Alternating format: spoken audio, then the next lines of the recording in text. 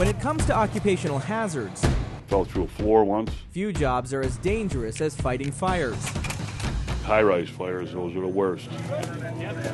You don't think you're going to get out of there. Michael Butkus has been with the Chicago Fire Department for 3 decades, 28 of them in the field.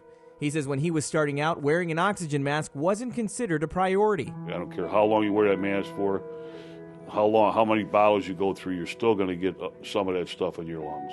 Experts say firefighters have a 60% increased risk of developing lung cancer and a 14 to 15% increased risk of dying from cancer compared to the general population.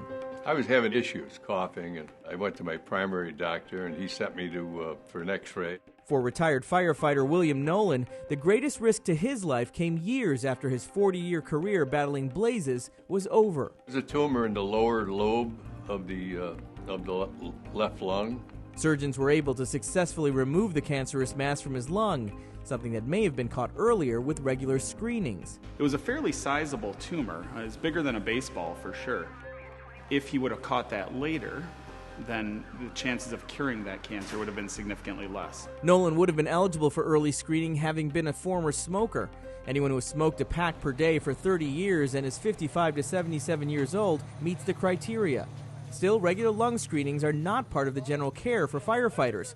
Experts say they should be. They're particularly exposed to various carcinogens, various chemicals, in addition to many firefighters who smoke, which increase that risk.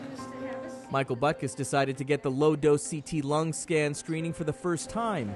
But Dr. Cedar says it's not just for veterans and retirees.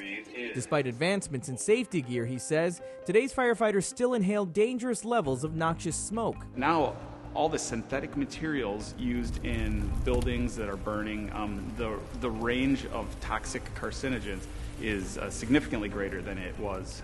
5 years of surveillance following Nolan's first surgery provided an early alert to doctors of a second cancerous spot on his lung that was also successfully removed. This time I was surprised, yeah. Especially once they say if you go 5 years, you should be scot-free. Hold your breath. Butkus' screening came back clear of cancer, but his advice to fellow firefighters is not to wait until it's too late. I've been around a long time, and I've seen a lot of guys die of cancer. It ain't the way to go.